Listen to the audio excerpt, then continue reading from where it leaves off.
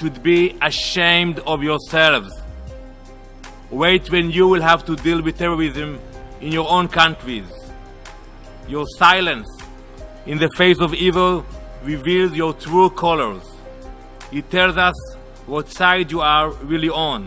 The United Nations has never once passed a resolution condemning Hamas. Never.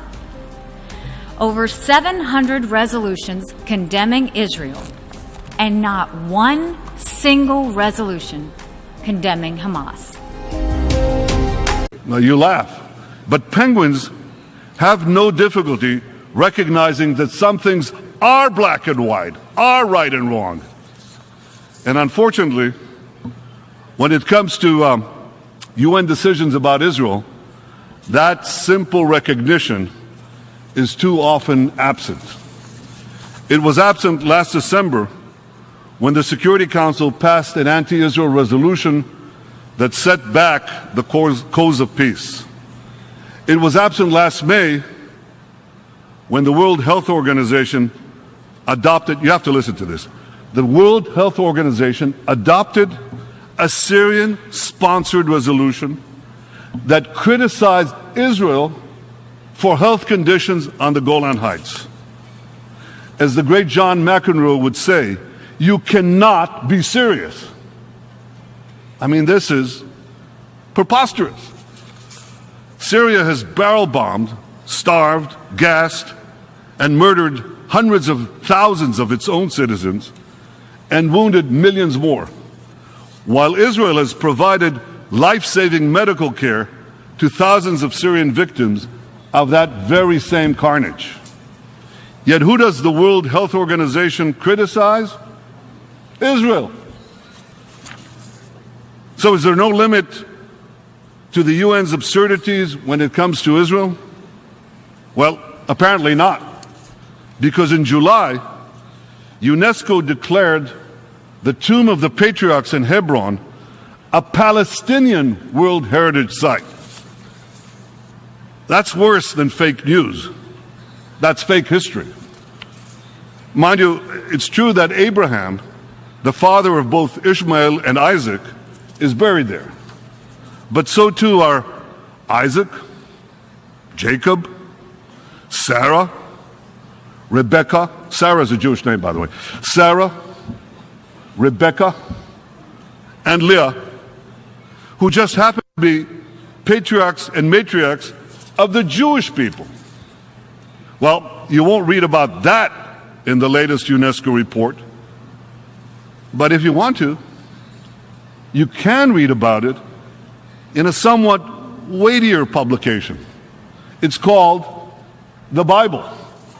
I highly recommend it. I hear it even got 4.5 out of 5 stars on Amazon. And it's a great read. I read it every week.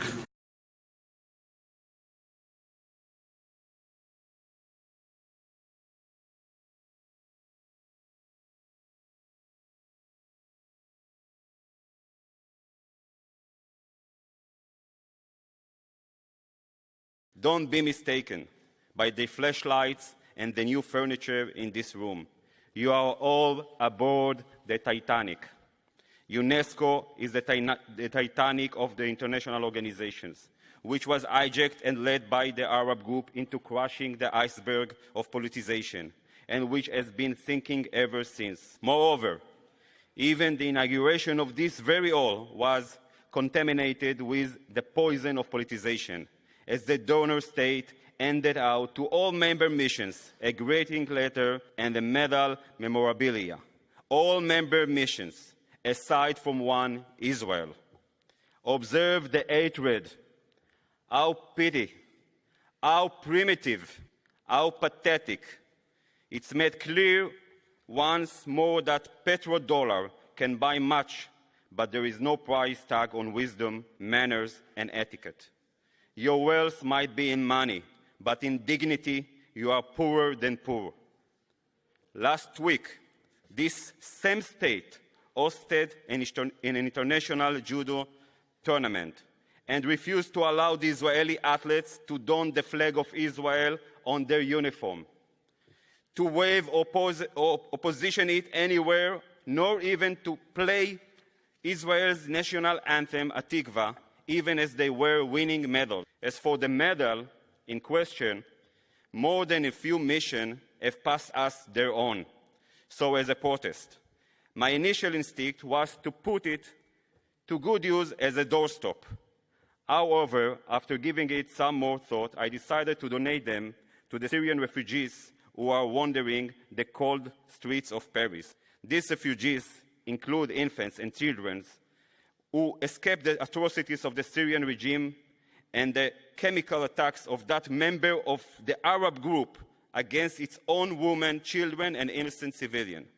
If you only invested in them 1% of the efforts you put in here against Israel, their lives would have been better. So the medals that we got from other missions will go for donation to these poor people. Last Tuesday, July 23rd, Israel was singled out again by the UN's Economic and Social Council as the only country in the world that violates women's rights. It could have been funny, but it's not. This hypocritical resolution was adopted by 40 out of 54 UN member countries. Among them were countries like France, the Netherlands, Denmark, Ireland, and Luxembourg. But guess what? Even Saudi Arabia, Iran, and Pakistan, which were ranked among the top 10 worst countries by last year's Global Gender Gap Report, took part in condemning Israel. Again, Israel, the only democracy in the Middle East, condemned by the world's worst abusers of women's rights. I told you, it could have been funny. Multitudes of poor domestic women workers from third world countries are beaten, raped, and disappeared in Saudi Arabia and the Gulf states. And the UN is silent. Millions of women in Arab countries suffer whipping, stoning, and honor killing, and the world is silent. Even in multicultural Europe, Arab women suffer rape and honor killing, but countries like France, the Netherlands, Denmark, and Ireland collaborate with evil and ignore these crimes while condemning free and democratic Israel. So let's talk about Israel. Israeli Arab women enjoy access to high-quality education, jobs, and political rights and freedom like women in any other developed liberal democracy. But this information will not reach the viewers around the world. Even women in the so-called West Bank are much better off economically, politically, and in terms of their safety than in most Arab countries, only because of Israel's influence. Let's sum it up. This hypocritical UN resolution is not only a blatant expression of anti-Semitism, it is also an injustice against the oppressed and abused women in Arab countries who have no one to speak up for them, because the UN is too busy condemning the only country in the Middle East where women are equal and free, Israel.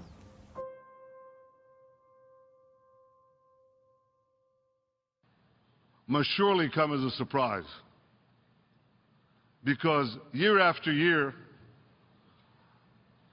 I've stood at this very podium and slammed the UN for its obsessive bias against Israel. And the UN deserved every scathing word. For the disgrace of the General Assembly that last year passed 20 resolutions against the democratic state of Israel, and a grand total of 3 resolutions against all the other countries on the planet. Israel 20, rest of the world 3. And what about the joke called the UN Human Rights Council, which each year condemns Israel more than all the countries of the world combined, as women are being systematically raped, murdered, sold into slavery across the world? Which is the only country that the UN's Commission on Women chose to condemn this year. Yep, you guessed it, Israel. Israel, where women fly fighter jets, lead major corporations, head universities, preside twice over the Supreme Court, and have served as Speaker of the Knesset and Prime Minister. And this circus continues at UNESCO. UNESCO, the UN body charged with preserving world heritage. Now, this is hard to believe, but UNESCO just denied the 4,000-year connection between the Jewish people and its holiest site, the Temple Mount.